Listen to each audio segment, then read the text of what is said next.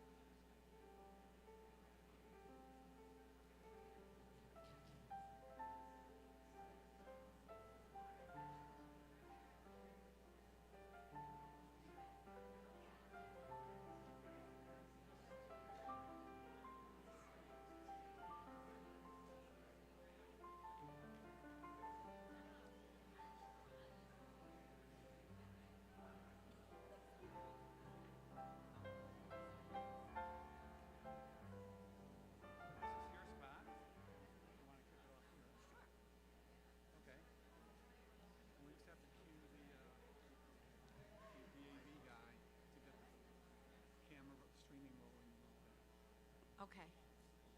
Hello, everyone. Wow. Okay, I'm finished. I want to thank all of you from the bottom of my heart for being here. I am not sad. I'm thrilled. I'm grateful. I feel so blessed. I don't know what to say. I'm thrilled. We even had 2 people who came and left, but they put in an appearance just so they'd show up. I want to add something to this wonderful program. I didn't actually thank anybody outside of Proctors, but Nancy Marie Payne helped me put the program together. Scott Friedman, my son, has been working hand in glove with James, and the technical stuff that's going on, it has a lot to do with both of them. So I want to say thank you to them.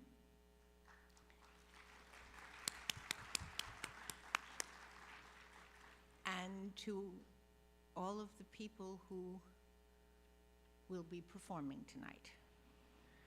So I'm gonna, and I hope everybody got enough to eat. I probably should have ordered twice the amount of food. So I apologize for that. Anyway, I'm turning the show over to Joe Zosky, who is sort of our official MC. And I'll see you later. How about a hug?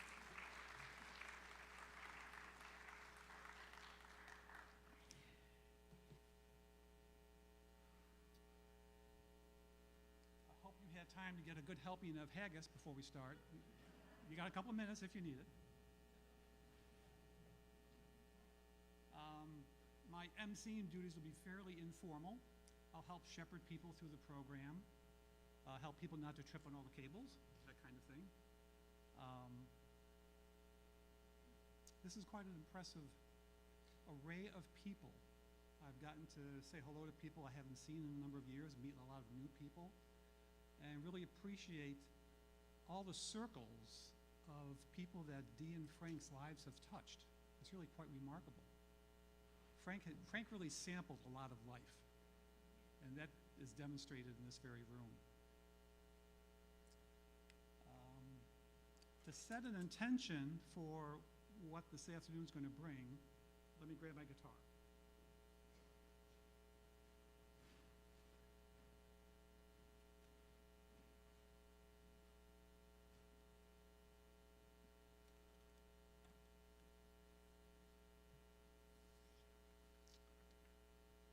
Dee and Frank loved folk music of many types. And so what I did, I borrowed a song from the folk singer Bill Staines. And so instead of explaining what's going to happen, I'll do it this way.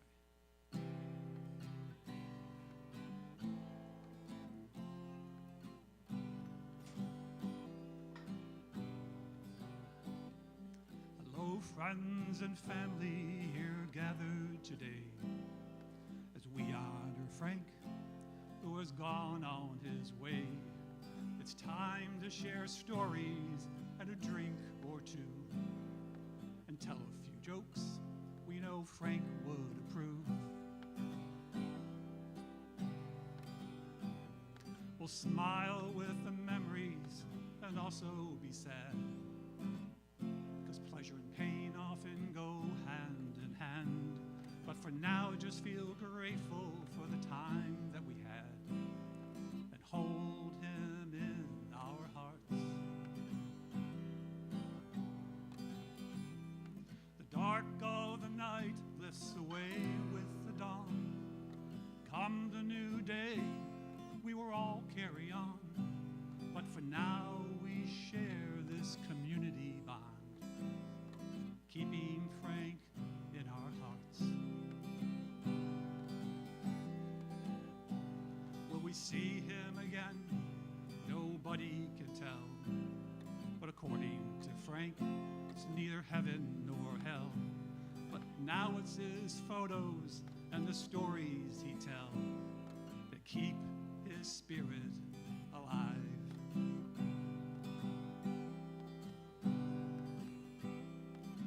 dark of the night lifts away with the dawn.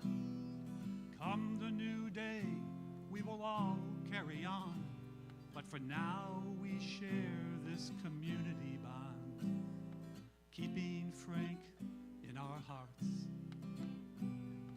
Keeping Frank in our hearts.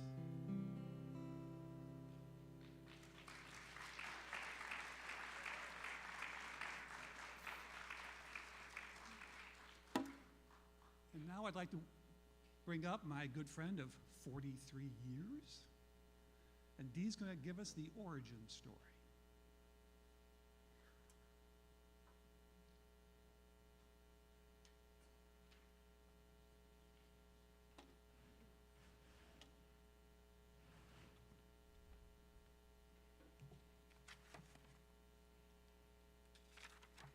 Cheat sheets.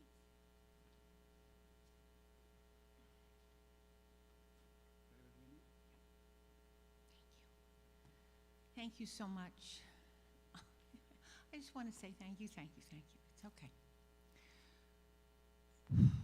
So, somebody who was here and unfortunately had to leave was looking at all of the pictures, the photographs that were taken with the scanning electron microscope. Frank was a geologist, and he was retired as a geologist. And the fellow who commented on it has known Frank for many years. He's our dentist.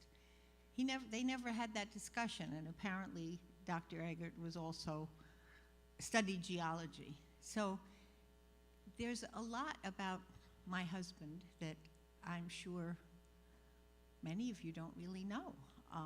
When I met him, he was retired. He had a 17-year-old daughter and a 12-year-old son. Anyway, this is my origin story. Now, if he was standing here, you'd get Adam and Eve or Noah and the Ark. But this was happened in late October, 1999. I had been running an ad in the Times Union personal section. Now, I had been unattached, legally unattached, since late October 1988. And I had had some nice relationships, but I figured, what the heck, I'm just going to stick this ad in and see what happens. So I got some responses. Periodically, my son, when he was home, would listen to the responses, and he'd help me decide. He was in his mid-20s at the time. He's going to turn 50 next year. But anyway, so he would help me decide which ones I should answer. And my ad apparently intrigued a number of people.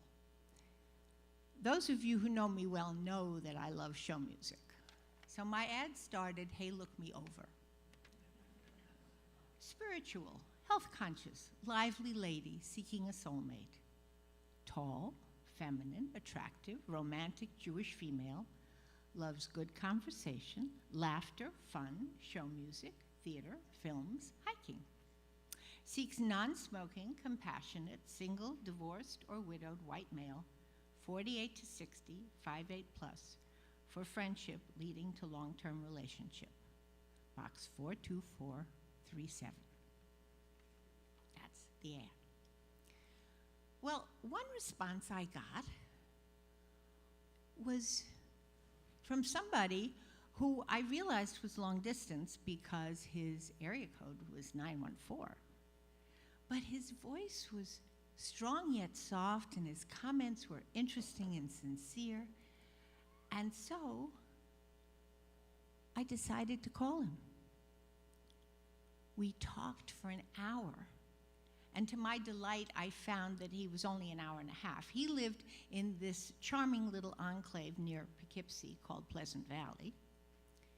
And he called me back the next night, and we spoke for another hour. And then he suggested that we meet the following Wednesday in Saugerties, which was kind of halfway between us, at New World Home Cooking, which was a lovely restaurant. I'm sure some of you know Rick Orlando. And, excuse me, so we decided to meet at exit 20 at the Hess station, because that was at the top of the exit. Well, many of you here have known me long enough to know that I am, my time management skills leave something to be desired. But Frank had said we would meet, I heard that, at 12:45. Right at 12:45, I drove into the Hess station, positioned my car next to his van. We rolled the windows down, eyed one another. Both did an internal, not bad. I suggested he follow me to a parking lot I knew that was close to the restaurant. And so he did. And then I parked my car, threw caution to the wind, no pun intended, and got into Frank's car, and off we went to the restaurant. We got there right at 1 o'clock. We ordered our Asian fusion salads, and we started to talk. And it was as if we were not meeting for the first time. We had so much to share. It was just incredible. And suddenly, out of the corner of my eye, I saw our waiter standing there with something under his arm, and we beckoned him over, and he asked if we'd like dinner. We'd been sitting there for 4 hours. Now, Frank's son, Jeremy, was 12, and he was in school, and he needed to get home. Frank needed to get home to his son, and so he paid the bill. And we got back in his car, and he drove me back to my car, which by this time the parking lot had filled up, so there was a distance between our cars. So he looked at me and he said, "How should we end this first meeting?" And I said, "How about a hug and a kiss?" Well, we did that. And then I smiled and started walking to my car, and I turned around and went back, and I said, "Can we do that again?" Behaving in some very peculiar ways that afternoon. Anyway, that was the beginning of our friendship, which turned into a long-term relationship, and a 1.5 years later, to our marriage, which lasted 23 years. Now, Frank wrote this story the first time he ever told it, and he'd never heard of storytelling before he met me, was under the chuppah at our wedding. As he became a storyteller, he parsed it, and we did it together. This is the second time I have told the story in my words. And we called the story Beshert. Beshert is a Yiddish word which means kismet or fate. And the reason we chose that title is because Frank read my ad in the Poughkeepsie Journal. I was running my ad in the Times-Union. Well, the two papers shared a common company that ran personal ads, and the Poughkeepsie Journal ran short of copy. What a surprise. Frank used to call it the Urinal.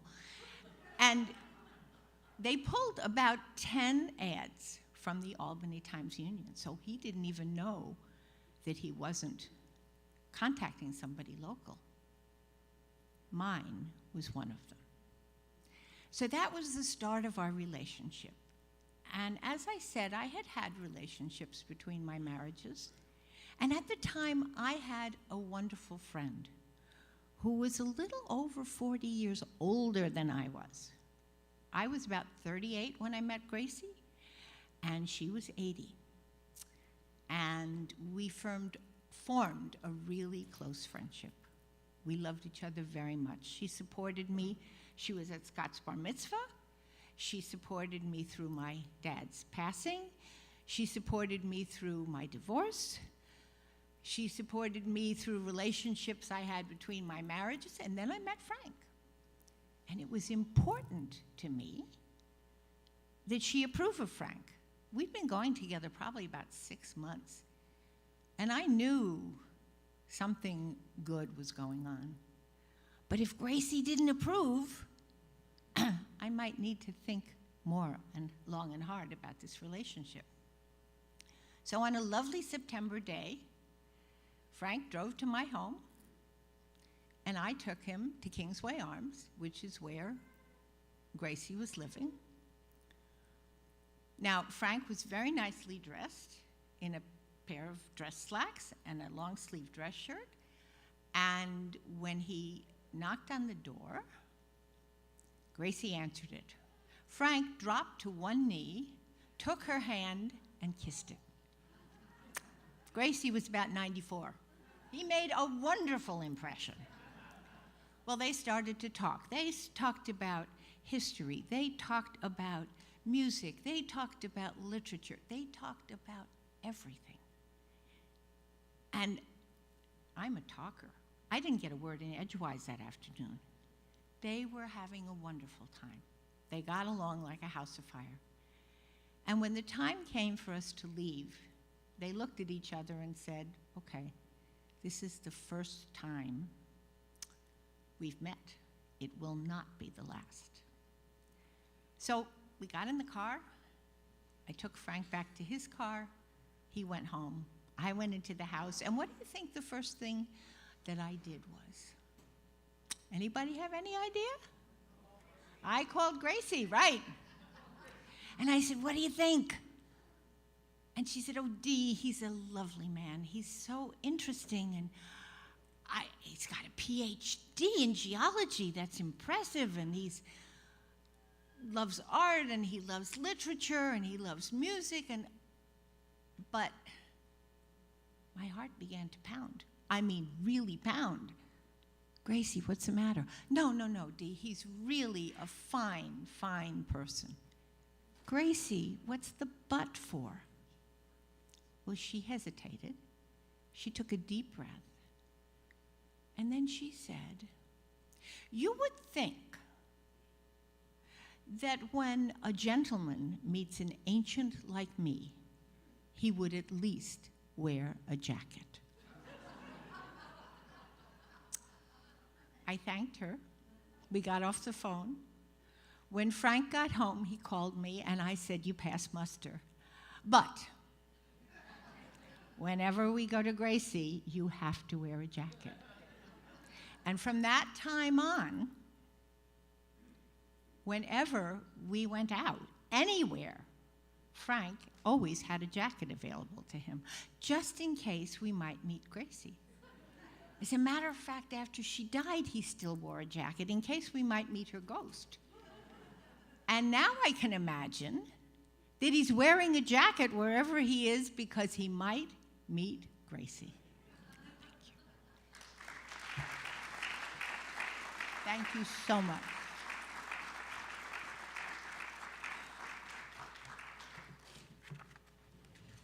We have a series of performers today, storytellers and musicians, and all the things that they're going to be doing have significance to Dee and Frank.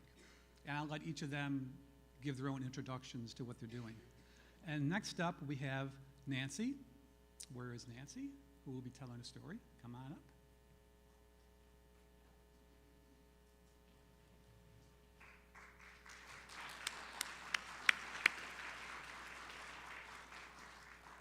Stand or sit? Okay. Okay. That look good? Yeah, thank you. Good afternoon. I knew Frank through storytelling through Dee, and that's how he knew me. And so I have heard many of his stories. When he told a personal story, you knew that was coming from his heart. But he also told other kinds of stories. And I don't want to tell one of his personal stories. That's for him to tell. So listen in your dreams. But I want to tell one of the fairy tales that he told, and I heard it from him more than once. There are many versions of this story. A couple of the times he told it, he had a little bit of a difference. So it's not going to be exactly as he told it because he never told it exactly the same way. And that happens with storytellers. I'm going to add a little to it too, because this is one of my favorite stories. It comes from Ethiopia. And in Ethiopia, there was a little family that was very, very happy together. A father, a mother, and a son, a young son. And it wasn't that they didn't have troubles. Everybody has troubles. Everybody has problems. Everybody has paths to walk that are hard. But they were a happy family, and they loved one another. And then the mother died of the fever. And the boy was so young, he didn't understand this. And no kind of explanation or solace from his father or his extended family in the village helped him. He was angry, and he was sad. And he held on to those two things because they comforted him. A year later, his father decided to remarry. And he brought his bride home. And now the boy was even more angry. She spoke to him, and he turned away. She talked to her husband and said, "What does he like to eat?" And she would make food that would be special for him, and he wouldn't eat it. She made him clothes that he could go out and play in and be proud of, with bright colors the way he liked. He would wear them into the bush and get them all torn apart by thorns and come home with a smirk on his face. She mended his shoes, and he walked in the river with them. Whenever she spoke to him, he just turned and walked away. She was brokenhearted. One day they were alone in the house. He was in his room. She went in, said, "Maybe if I talk to him, maybe if I tell him about me." And so she went in, and she didn't even get a word out. He said, "Get out of my room." She said, "I just want to talk to you." "I don't want to talk to you." "I think I love you." No, you don't. Get out of here. Go away." And he ran out the door and was gone. When the husband came home, he found her crying. She said, "I don't know where he went." The husband said, "I know where he went. I'll find him. I'll be back." And the father found him, and they came into the house in total silence. That night, when the house was calm and dark and quiet, and she knew both of her husband and her son were sleeping, she got up and she left the house. And she went to a cottage at the end of the village where a wise woman lived. And the woman was sitting on the porch like she was waiting for her. And when she got there, the wise woman said, "Come in," and made her some bush tea. And the mother told the whole story, how her heart was broken. She wanted so much for this boy to accept her. And then she said, "Can you make me a love potion?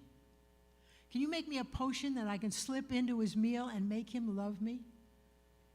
The wise woman said, "Probably." And she stood up and she went into her cupboards and she looked at things and she read labels and she shook her head and put them back and took another one down and opened it up and, no, put that back. And the woman watched her. A couple she tasted, others she just rejected immediately. She came back to the table. She said, "Yeah, I can do that, but I need an ingredient, and you're the one who has to collect it." I'll do anything. I'll do anything. Tell me what you want. I'll find it. I'll get it." And the wise woman said, "I need a whisker from the chin of a lion." "What? Are you trying to get me killed?" "That's what I need," said the wise woman. "Well, how do I do that?" The wise woman said, "I know herbs and I know medicines, but I don't know anything about lions. That's up to you." And sent her out.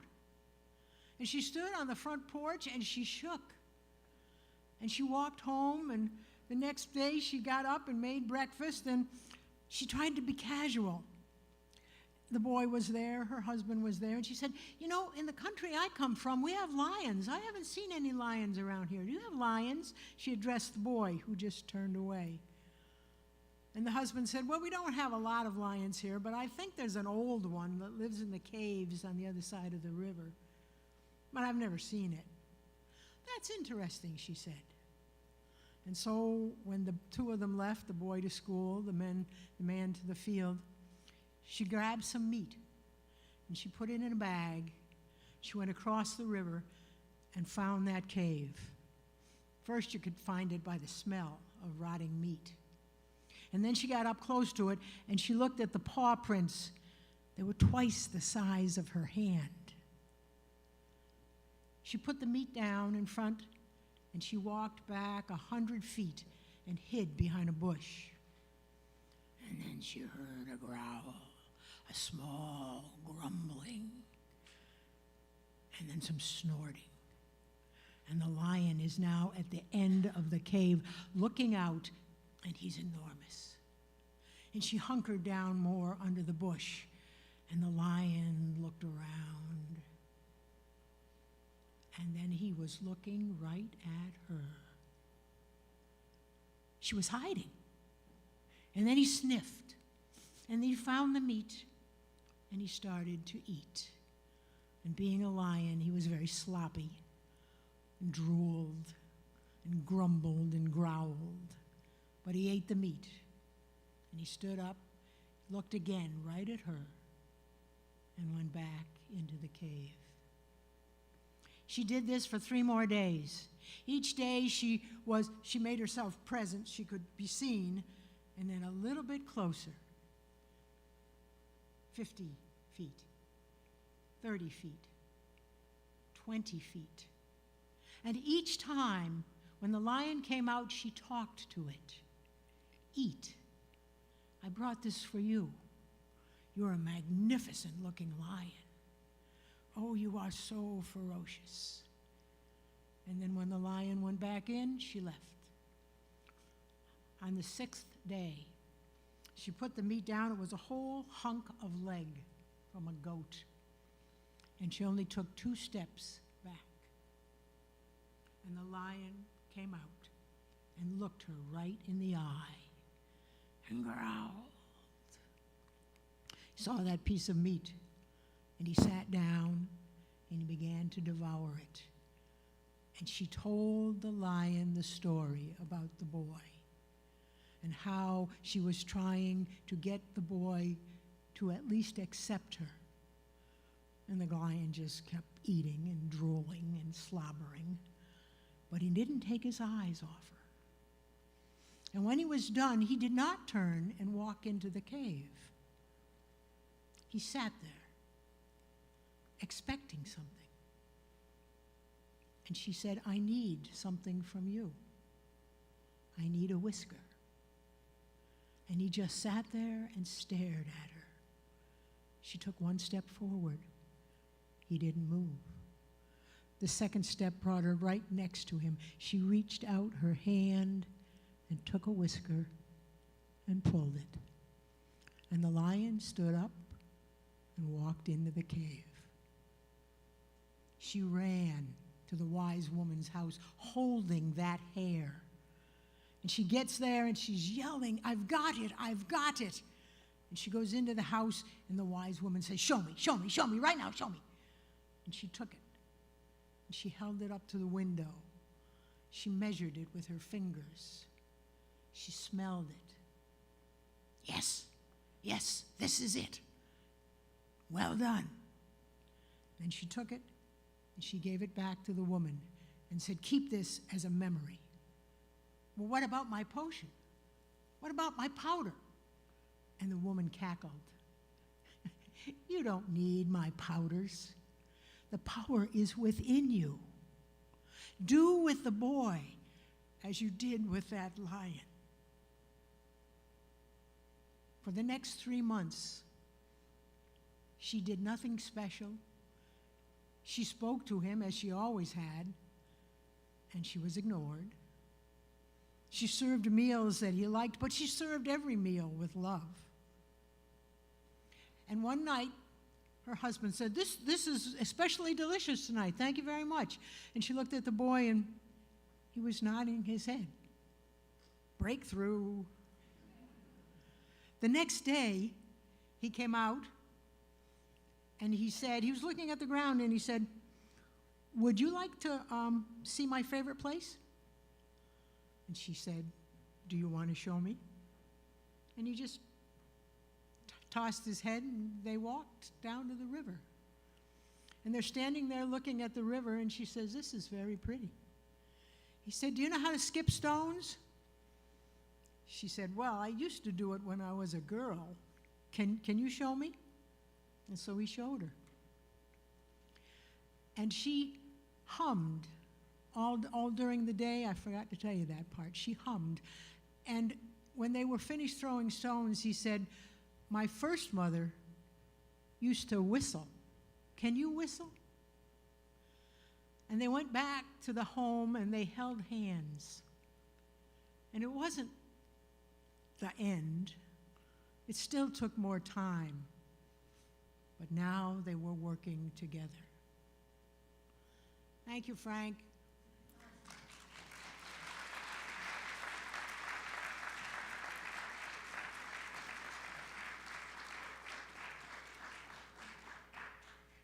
Thank you, Nancy. Next up is Phil, who's going to sing a song or two for us.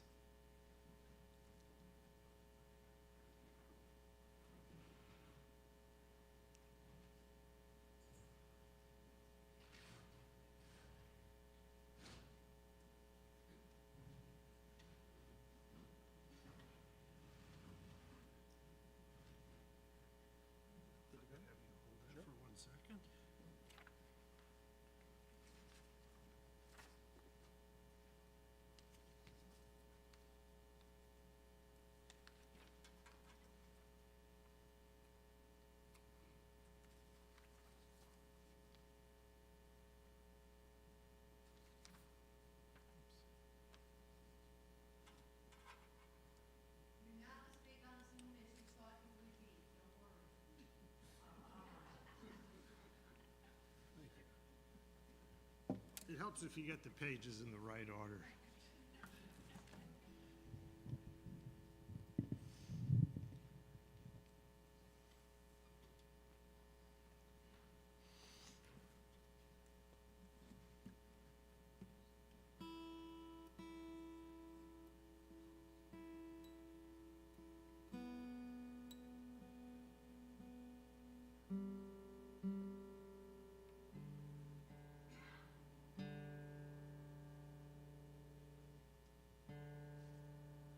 I just heard a performer say that these electronic tuners that we all have now have killed a whole genre of jokes. There were all these jokes that you'd tell about tuning while you were going through this lengthy process, and now it's so quick that you don't need to do that.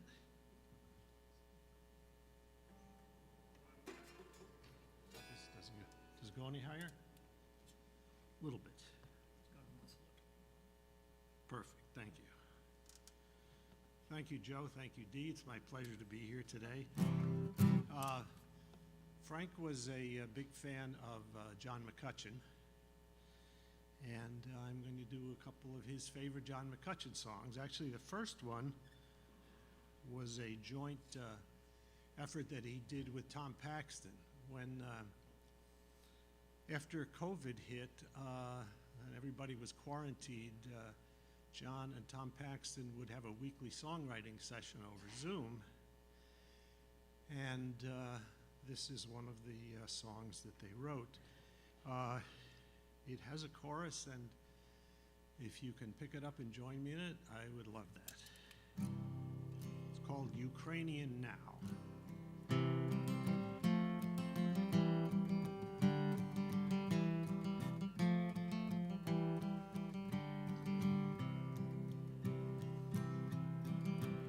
When I open the paper and check out the news on TV,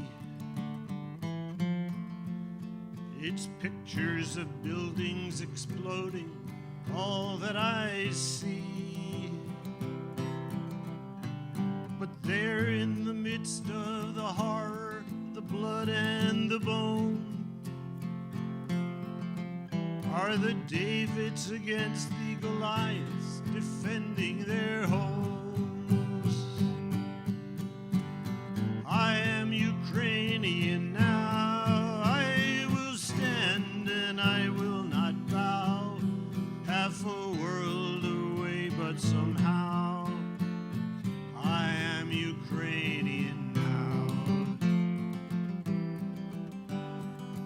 I am the Muscovite protesting out in the street. I am the rabbi learning to pray with my feet. I am the soldier who used to dance in the ballet. I am the father sending my family away. I am Ukrainian now. I will stand and I will not bow. Half a world away, but somehow I am Ukrainian now. A world that once was so big now seems so small. An attack on the freedom of one is aimed at us all.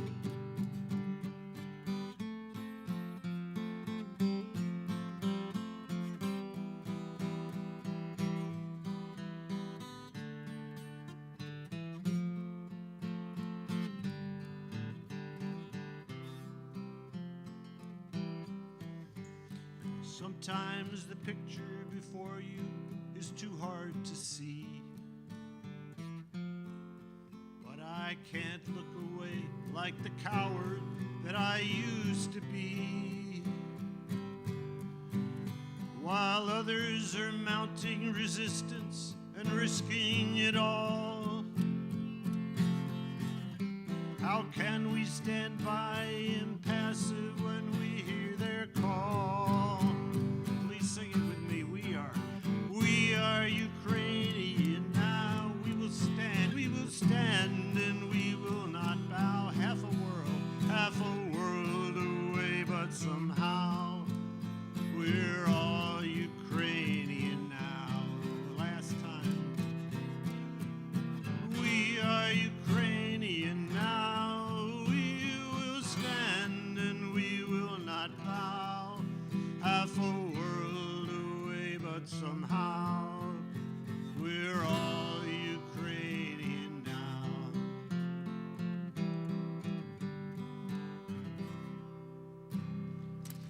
Thank you. Thank you.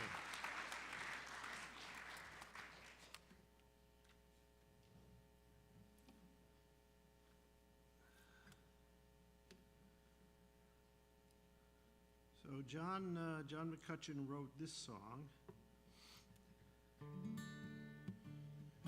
when his oldest son graduated from the year after his oldest son graduated from high school.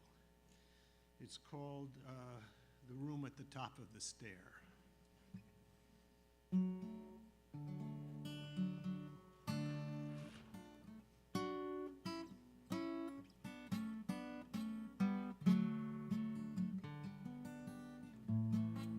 Whoops, let me get that right.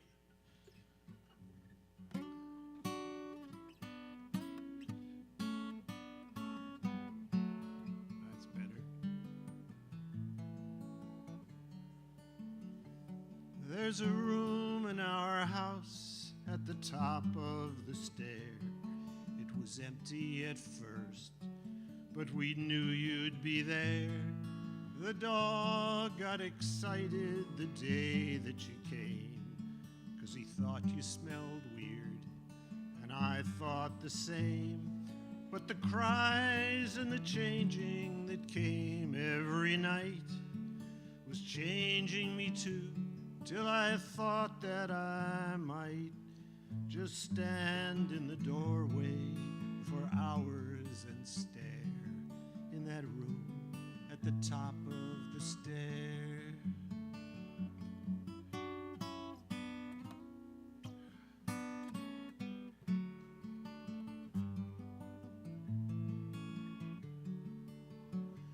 There's a room in our house at the top of the stair.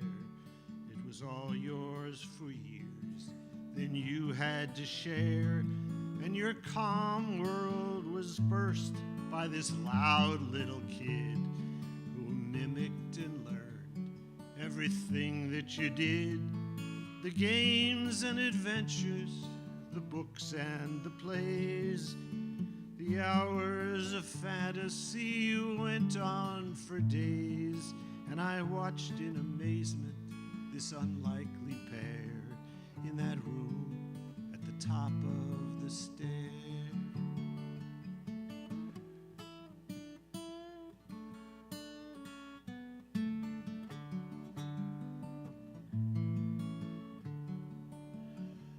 There's a room in our house at the top of the stair.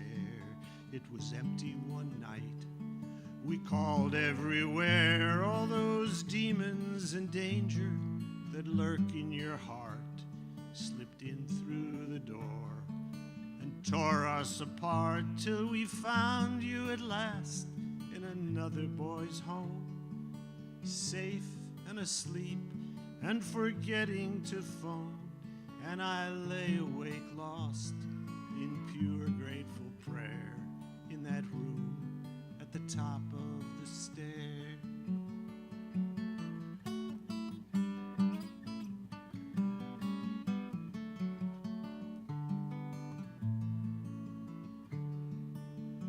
There's a room in our house at the top of the stair.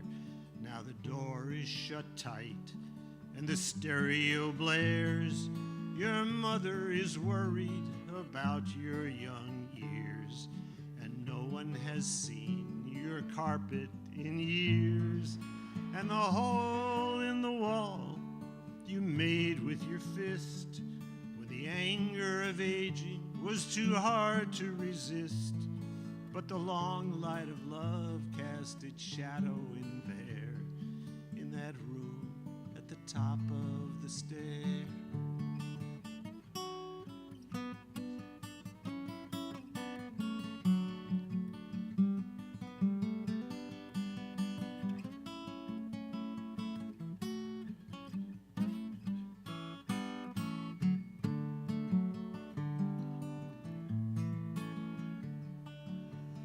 There's a room in our house at the top of the stair.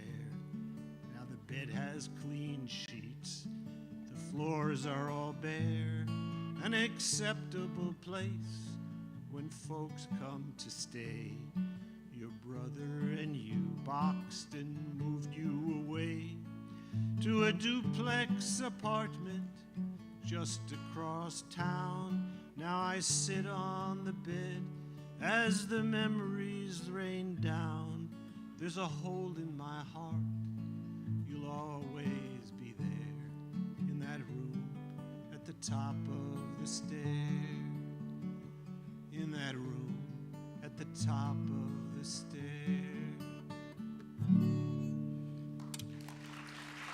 Thank you. Now there's a little more to this story. A couple of years later, John added another verse. There's a room in our house at the top of the stair. You came home one day and you moved back in there. The company you worked for went right in the tank. It seems that you had no cash in the bank. You asked if you could, I said that would be great. You said it would be 2 months, now it's going on 8. Now the icebox is empty, your crap's everywhere. In that room at the top of the stair. Thank you. Thank you.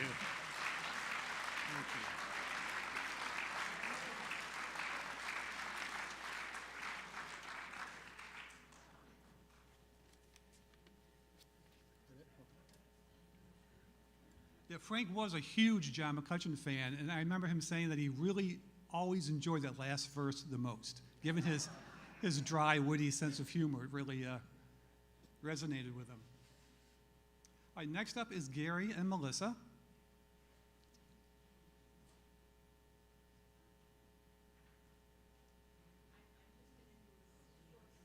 Oh, okay.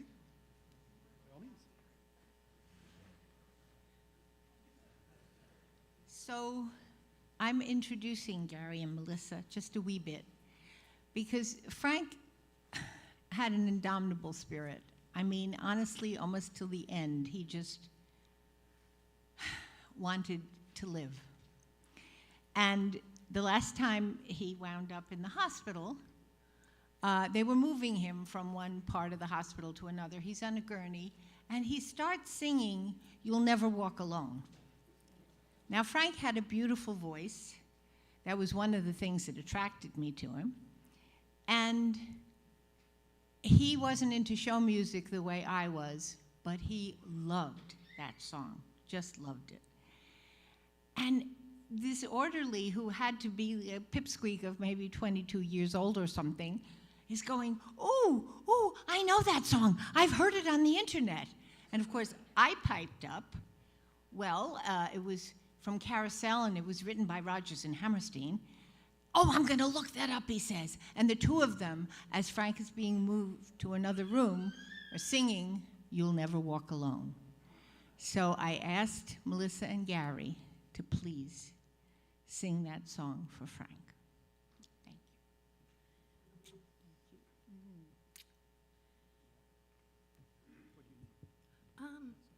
That could be further away. My guitar's not used to having people really listen to it, because I'm mostly like this.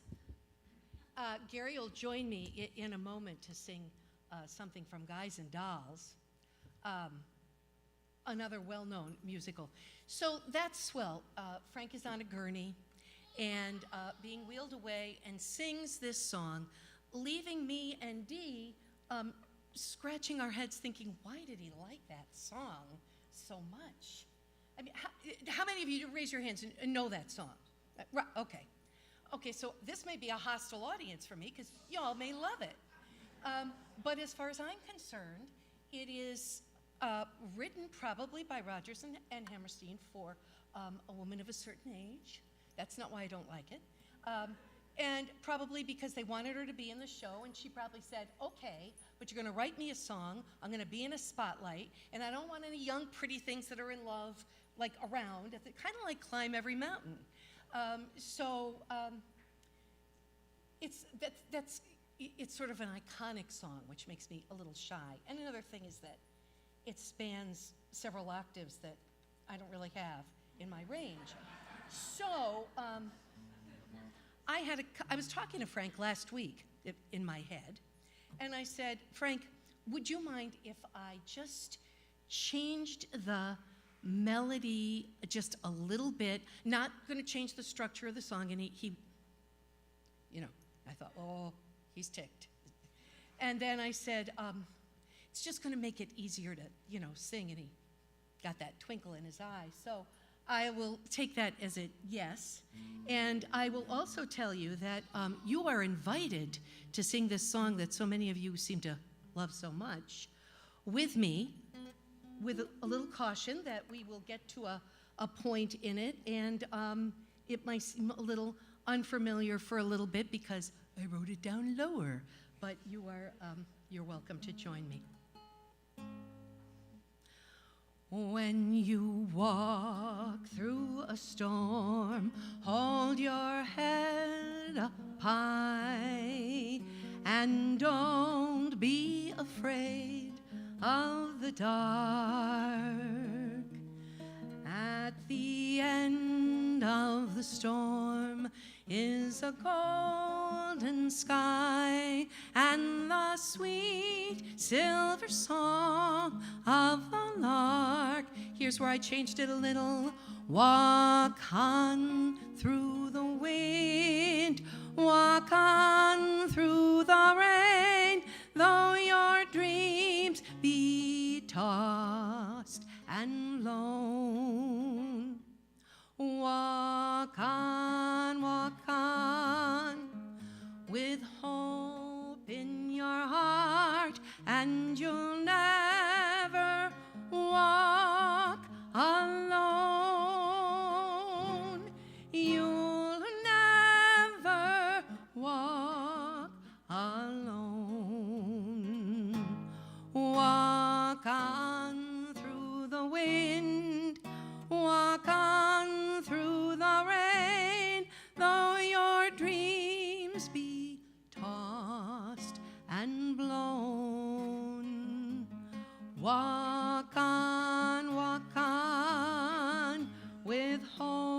in your heart, and you'll never walk alone. You'll never walk alone. I thank you, and Frank, that was for you. Gary Hoffman, come on up here.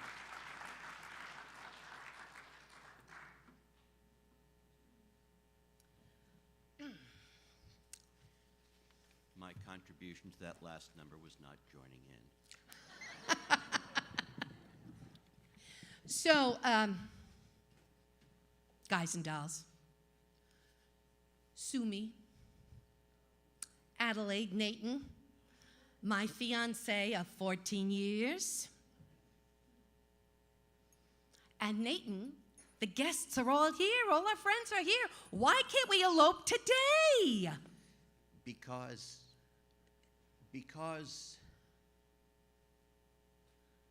I got to go to a prayer meeting. Nathan, who is a gambler, I forgot to tell you that. Nathan, that is the biggest lie you ever told me. But I promise you, it's true. You promised me this, you promised me that, you promised me everything under the sun, then you give me a kiss, you're grabbing your hat, and you're off to the races again. When I think of the time gone by, Adelaide. and I think of the way I tried, Adelaide. I could honestly die. Call a lawyer and sue me, sue me. What can you do me? I love you. Give a holler and hate me, hate me. Go ahead and hate me. I love The you. best years of my life, I was a fool to give to All you. right already. I'm just a no good Nick. All right already, it's true. So new.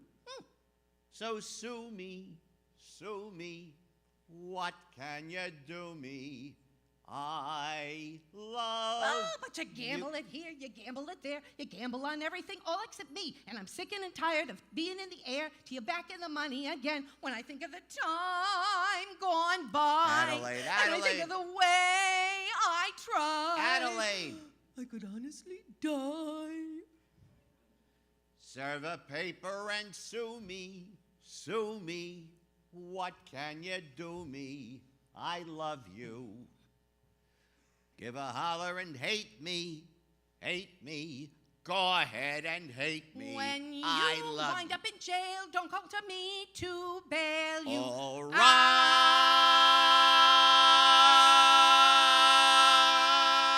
right already. So call the policeman. All right already, it's true. So new. So sue me, sue me. What can you do me?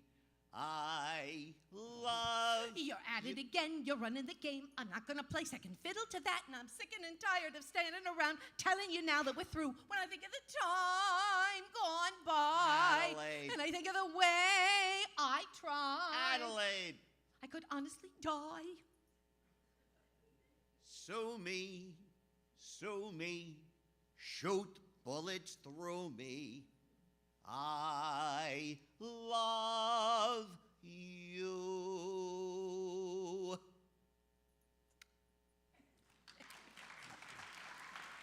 Thanks, Frank.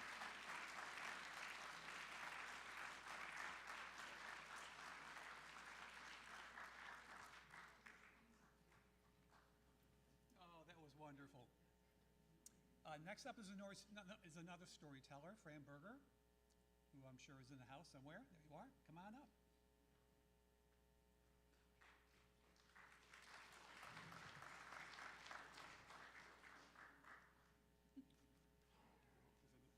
That's a great height. Can you hear me now? Okay. So we've heard wonderful stories about Frank. We've heard wonderful stories for Frank. This is a story by Frank. Now, you've seen the haggis on the tables. let's find out a little bit more about what Frank thought of the haggis. That's the name of his story. He told it in first person, so here goes Frank talking. Well, the last time Dee and I were in Scotland was in September of 2023. Sadly, once again, we failed in our quest to cite representatives of a species known nowhere else on our planet. No, I'm not talking about the fabled Loch Ness Monster. I'm talking about the haggis. Now, towards the end of the last ice age, humans crossed the lowlands that separated Europe from the area to the north that would eventually become the British Isles. By about, 15,000 years ago, the land was free of ice and developed dense forests of birch and alder, oak, and willow. The first humans to venture this far north had a diet that consisted primarily of fish and shellfish from the seashore and streams, and from the forests, hares, otters, wild boar, and the abundant red deer. In time, they started clearing the forest to grow some of their food. When they cleared the forests, they encountered for the first time an animal never seen before, the animal now called the haggis. These animals, now freed from the small forest clearings where they dwelled, took advantage of the new terrain and thrived on grass and heather-covered hillsides. We don't know much about these early haggis. There are only a few brief descriptions and primitive sketches in some of the standing stones that are so common all around the northern and western parts of Scotland. The haggis appear to have been about the size of a small goat. But unlike cows and goats that are narrow in the hip, the haggis, it was short-legged and somewhat broad in the beam, sort of like a furry coffee table. Life was good for man and haggis alike. New tribes arrived in Scotland later, though, bringing with them sheep. It was this adorable source for meat and fiber that almost drove the haggis to extinction. Have you ever been in a country where they raise sheep? Lots of them? The hills are no longer smooth. They've been transformed into a series of narrow steps that circle the hills by the sharp hooves of those sheep. It was easy for sheep to navigate this terrain. Why? They had the narrow hooves, they had the narrow hips, but the wide-bodied haggis, for them, it was an impossibility. If they attempted to walk the hills using two parallel tracks, they would lose their balance and tumble down the hills into the sea or onto the rocks and the streams below. Oh dear, the haggis were endangered. But often at times like this, Mother Nature comes through. After a while, some haggis were born with legs longer on one side than the other. This was a perfect solution. The haggis could easily move around, placing the shorter legs on one side of the upper track and long legs in the lower track. Or was it the other way around? Anyway, in time, two distinct subspecies evolved, referred to as the dextral and sinistral populations, depending upon whether the legs were longer on the left side or on the right. However, given this arrangement, it became impossible for these two varieties to interbreed. Well, we've only been back from Scotland for 2 weeks, but we're already planning our next trip across the pond. and we encourage you to join us in our search for the haggis. Unfortunately for the haggis, with the reoccurrence of the mad cow disease, the Scots have decided to dine on haggis, the other red meat, as illustrated by this clipping for the menu in one of our favorite restaurants in Edinburgh. And that's the haggis.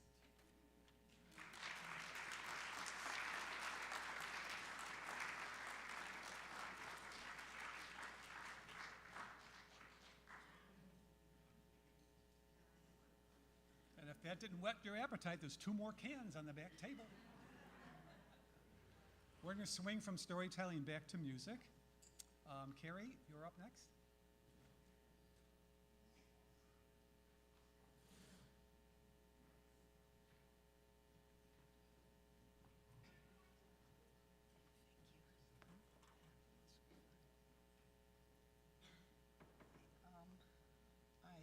I've known Dee since I was born, literally. Our mothers were best friends. And we live in West Hartford, Connecticut.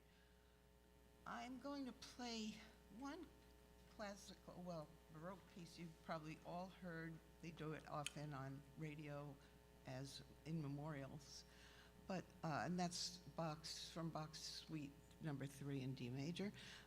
And I was going to do a Handel too, but then I thought too much of that kind of music, knowing especially what Dee and Frank loved. So I found a song along with my husband on the internet from Scotland called Lochaber No More. And it says, it's a traditional Scottish Highlands lament for fallen soldiers, which Frank definitely was. And and the women they so reluctantly left behind. Okay, so here's the Bach, and I'll just go right into the Lochaber No More.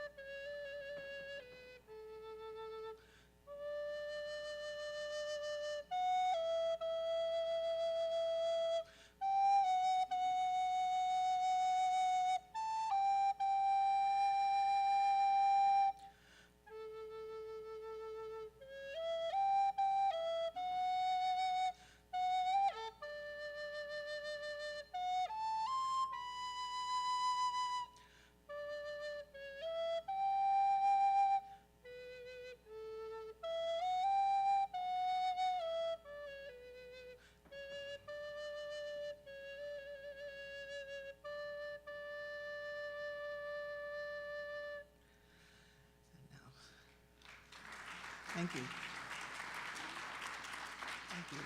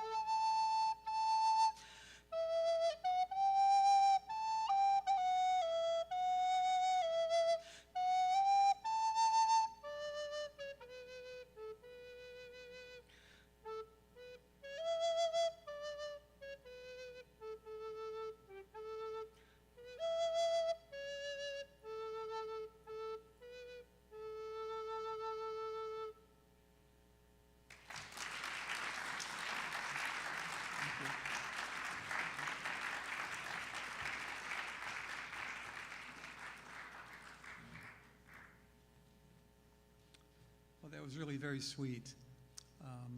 Next up is Susan Trump with husband David, I trust? No? There is no husband David, he's Jack, and he doesn't sing. I'm sorry.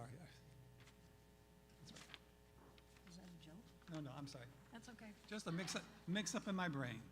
That's all. Oh, that happens to all of us. Does it? It does. Oh, good. Indeed, indeed. So, well, I'm so delighted to be part of this wonderful celebration of life for our dear friend Frank. And Dee requested a song that I wrote a few years ago after reading a story in a book called Kitchen Table Wisdom by Rachel Naomi Remens. Yeah, she's wonderful. And it's the story of a medieval bishop who is talking to 3 different workers, and they're all doing exactly the same job, and he asks them each the same question, and he gets 3 very different answers. And I call this song The Stonecutter. A man was chopping at a stone. I asked him what he did. He said, I cut these stones to size, just as my master bids. I am a lowly stone cutter, this bitter man did cry, and I'll be working at this job until the day I die. A man was chopping at a stone.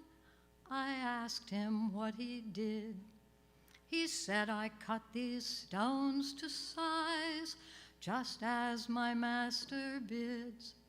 I am a loving father and a husband to my wife. I shape these stones the best I can to give them a good life. A man was chopping at a stone. I asked him what he did. He said, I cut these stones to size, just as my master bids. He raised his eyes unto the skies. His vision shines so clear. I'm building a cathedral to last 1,000 years. Building a cathedral or cutting up a stone, we make these choices every day at work and in our homes. Throughout our lifelong journey, wherever we may roam, we're building a cathedral or cutting up a stone. Thank you.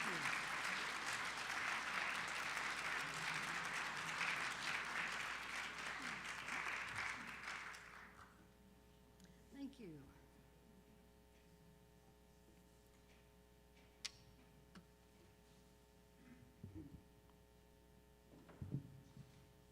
So, the next song I'd like to sing is one that actually was introduced to me by Phyllis, our good friend over here, who's been introducing people to a lot of songs for a lot of years. So thank you, Phyllis.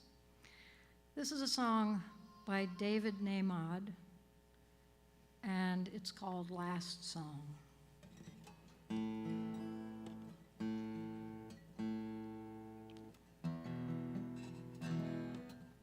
Just checking tuning. It's worth it.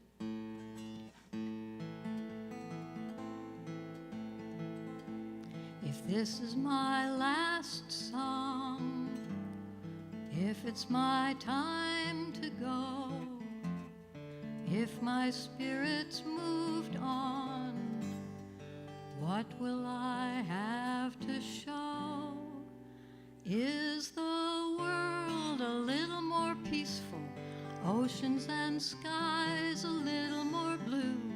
Is humankind a little bit wiser?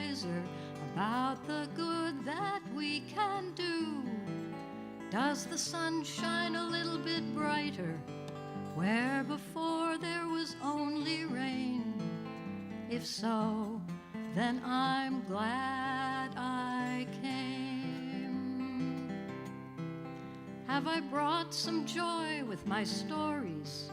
Did you hear the laughter spread? Does a child stand a little bit taller because of something that I said? Have I shared a little kindness? Have I eased a little pain? If so, then I'm glad I came. For that, I'm so glad I came.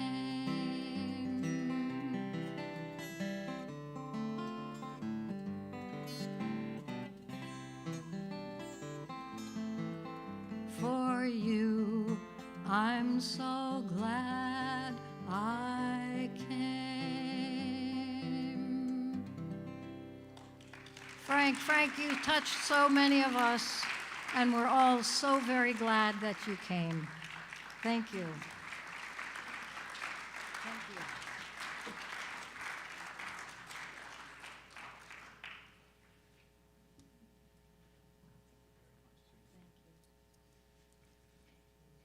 Well, that indeed was the last song, the last performer for this afternoon. Now we're going to shift into the big screen and watch a composite of videos that Dee has put together from her own stock of videos and some things from Scotland and such. Yes. You want to speak from here?